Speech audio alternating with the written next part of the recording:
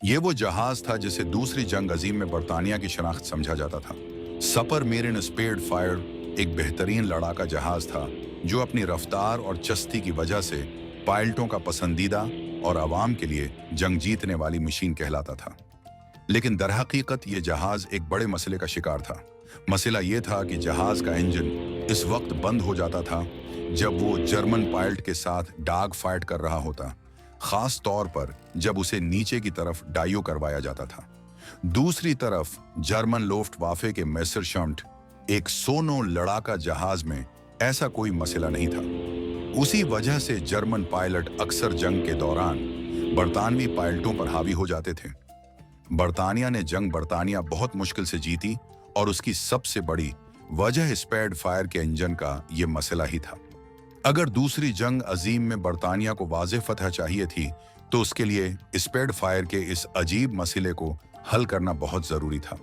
उन्होंने पूरी कोशिश की, बड़ी बड़ी इंजीनियरिंग फर्मज ने भी कोशिश की, लेकिन स्पेड फायर का ये मसला किसी से हल न हो सका। आखिरकार एक हल मिला और वो भी एक ऐसे शख्स ने निकाला जहां से किसी को उम्मीद नहीं थी। एक खातून बेट्स शलंग। इस खातून ने स्पेड फायर के साथ ऐसा किया कि आज उन्हें इत्तेहादियों की तरफ से दूसरी जंग अजीम जतवाने का जिम्मेदार ठहराया जाता है। अनफॉर्मेटो की वीडियोज में एक बार फिर खुश आमदीद स्पेड फायर के रोल्स राइस मर्लन इंजन का यह मसला सबसे पहले 1900 में सामने आया। इस वक्त उस हमेशा का मसला है। मसले को इतना बड़ा नहीं समझा गया क्योंकि दूसरी जंग अजीम से पहले पायलट ज्यादा डाइविंग नहीं करते थे। लेकिन 1940 में जब जंग बरतानिया अपने अरूज पर थी तो ये सिर्फ एक है तकनीकी मसला नहीं रहा, बल्कि जिंदा रहने का सवाल बन चुका था। इससे भी बड़ा मसला ये था कि दूसरी जंग अजीम से पहले बरतानवी हुकूमत 20,000 से ज्यादा स्पेड फायर तैयार कर चुकी थी। यानी उन तमाम जहाजों में यही मसला था, क्योंकि उन सब में रोल्स राइस मर्लन इंजन लगाया गया था। जब बरतानवियों को यह पता चला कि रॉयल एयर फोर्स के पास स्पेड है फायर के अलावा जो दूसरे लड़ाका जहाज हैं जैसे हाकर, हरिकेन और बोल्टन पाल डिफेंट, उनमें भी यही रोल्स राइस मर्लन इंजन लगा हुआ है, तो मसला और भी गंभीर हो गया। 1940 में दूसरी जंग अजीम हुई के दौरान नाजी जर्मनी का मुकाबला फ्रांस और बरतानिया के साथ था। उस दौरान जब जर्मन अपने मेसरशम्ट 109 लेकर इत्तेहादियों के इलाके में आते तो उनका मुकाबला करने के लिए RAF के स्पेड फायर जाते थे। एक दूसरे की गोलियों से बचने के लिए पायलट्स एडवांस्ड मैन्योर्स इस्तेमाल करते थे, जैसे फौरी डाइव करना या फौरी तौर पर जहाज को ऊपर उठा लेना। ये दूसरी जंग अजीम में एक बहुत आम बात थी। जहाज ऐसे मैन्योर्स करके घंटों तक लड़ाई लड़ सकते थे। कभी डाइव डाउन करके दुश्मन की गोलियों से बचते तो कभी फौरी तौर पर नोज अप करके दूसरे जहाज को निशाना बनाकर फायर करते थे। अब सोचें, इस जिंदगी और मौत की डाग फाइट के दौरान अगर किसी का इंजन बंद हो जाए तो उस पर क्या बीती होगी। खुशकिस्मती से जंग बरतानिया में बरतानवी पायलट्स के पास होम कोर्ट एडवांटेज था, यानी उनकी फेवल सप्लाई करीब थी और वो कई घंटों तक लड़ सकते थे। दूसरी तरफ जर्मन पायलट्स को पहले अंग्लिश चैनल पार करना पड़ता था, फिर लड़ाई लड़नी होती थी और उसके बाद रिफ्यूलिंग के लिए उन्हें वापस अपने बीस जाना होता था। यह जर्मन पायलट्स के लिए एक बड़ा नुकसान था। शायद इसी वजह से वो डिफेक्ट स्पेड फायर्स का मुकाबला न कर पाए। जंग बरतानिया तो खत्म हो गई, लेकिन दूसरी जंग अजीम अभी बाकी थी। स्पेड फायर में ये अजीब मसला खास तौर पर इस वक्त सामने आता था जब वो नोज डाइव करते थे। जब कोई जहाज नीचे की तरफ फरी फाल में तेजी से गिरने लगता है तो कोई भी चीज जो मजबूती से जड़ी ना हो, जैसे पायलट्स के जिस्म में दौड़ता हुआ खून और इंजन के कार्बोरेटर में मौजूद फ्यूल, इस पर कशिश सिकल काम नहीं करती और वो नीचे जाने के बजाय ऊपर की तरफ चला जाता है। बदकिस्मती से रोल्स राइस मर्लन इंजन के कार्बोरेटर में फ्यूल आउटलेट नीचे की तरफ थे, तो जब जहाज तेजी से नोज डाइव करता था तो कार्बोरेटर में मौजूद फ्यूल ऊपर की तरफ चला जाता था, यानी आउटलेट से दूर। इस दौरान इंजन को फ्यूल नहीं मिलता था, जिसकी वजह से या तो जहाज का इंजन बंद हो जाता या फिर झटके मारने लगता था, सिर्फ इस वक्त तक जब तक वो वापस सीधा ना हो जाए। उस मसले को हल करने के लिए इस वक्त दुनिया के बेहतरीन दिमागों को ये काम सौंपा गया, जिनमें रोल्स राइस के सरे लफ और रॉयल एयर क्राफ्ट एस्टेब्लिशमेंट के एडी फिशर भी शामिल थे। दोनों ने बहुत ही चालाक तकनीकी हल ढूंढे, लेकिन दोनों ही पूरी तरह नाकाम रहे। बल्कि दोनों के हल की वजह से जहाज में एक नया मसला भी खड़ा हो गया। उस मसले को समझने के लिए इंजन के अंदर का गहरा इल्म होना जरूरी था।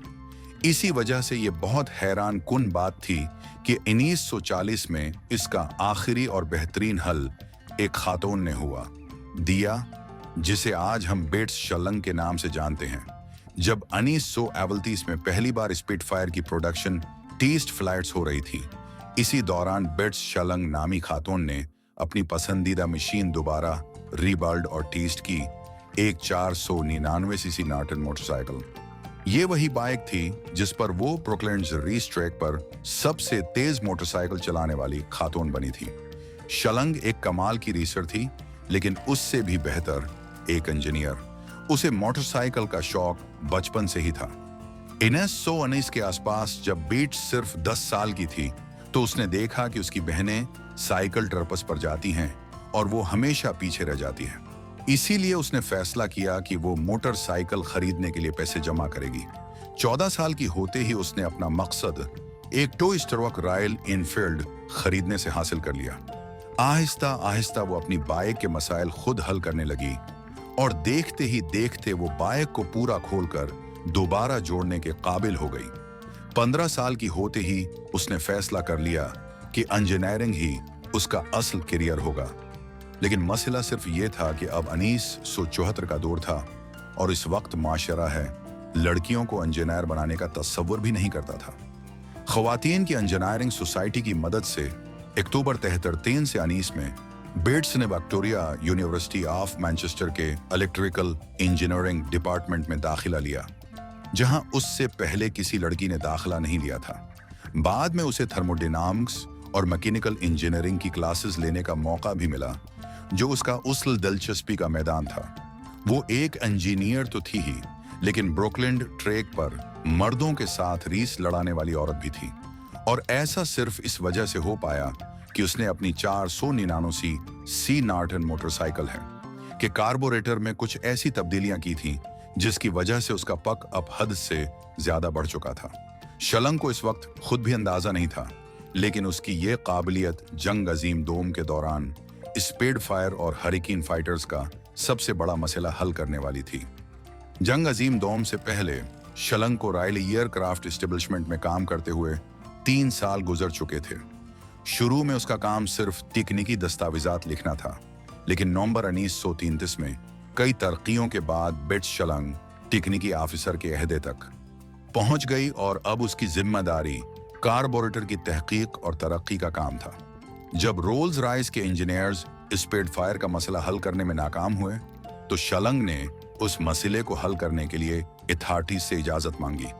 पहले तो सब उसे औरत होने की वजह से कमतर समझ रहे थे, लेकिन हैरान कुन तौर पर शलंग ने सिर्फ चंद दिनों में न सिर्फ मसला हल किया, बल्कि अथॉरिटीज ये हल देखकर खुद पर हंसने लगे। आखिर में उसने ऐसा क्या था? शलंग ने सिर्फ एक छोटा सा ब्रास रिस्ट्रक्टर डिजाइन किया, जिसमें एक खास कतर का सुराख था, और फिर वो प्लेट कार्बोरेटर में फिट करने पर जहाज का मसला काफी हद तक हल हो गया। इस हल का सबसे बड़ा फायदा ये था कि इस ब्रास की प्लेट को जहाज में खड़े खड़े फिट किया जा सकता था, यानी ये ज्यादा वक्त भी नहीं लेता था। अब सबसे बड़ा मसला मुख्तलिफ बेसेस पर जाकर उसे स्पिटफायर और हरिकेन हो सकता था। फाइटर्स में इंस्टॉल करना रह गया था। उस काम के लिए भी शलंग ने अपनी नॉर्टन का इस्तेमाल किया और मुख्तलिफ बेसेस पर जाकर ये हल स्पिटफायर और हरिकेन फाइटर्स में इंस्टॉल किया। शलंग का ये हल इतना कामयाब हुआ कि उसे मिस शलंग्स ऑफिस का नाम दिया गया।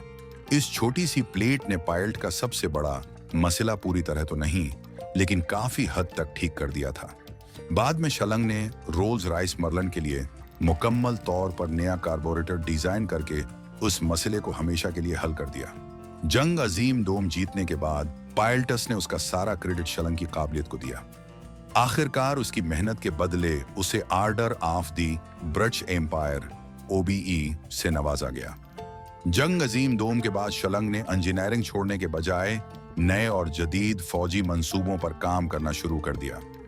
550 तक उसका काम रैक्टरी, रीमजेट्स और गाइड हथियारों जैसे नए शाबों तक फैल चुका था। 1955 में शलंग को रॉयल एयरक्राफ्ट एस्टेब्लिशमेंट का सीनियर प्रिंसिपल साइंटिफिक ऑफिसर बना दिया गया। बेट्स शलंग सिर्फ एक मैकेनिक या इंजीनियर नहीं थी, वो एक लाजवाब किरदार थी जो इंजीनियरिंग में खवातीन के लिए नए दरवाजे खोल रही थी। आज भी ये अच्छी तरह माना जाता है कि अगर जंग अजीम दोम में शलंग न होती तो शायद दुनिया का नक्शा ऐसा न होता जैसा आज दिखता है। उम्मीद है कि आप लोग इस वीडियो को भरपूर लाइक और शेयर करेंगे। आप लोगों के प्यार भरे कमेंट्स का बेहद शुक्रिया। अगली शानदार वीडियो में मिलते हैं।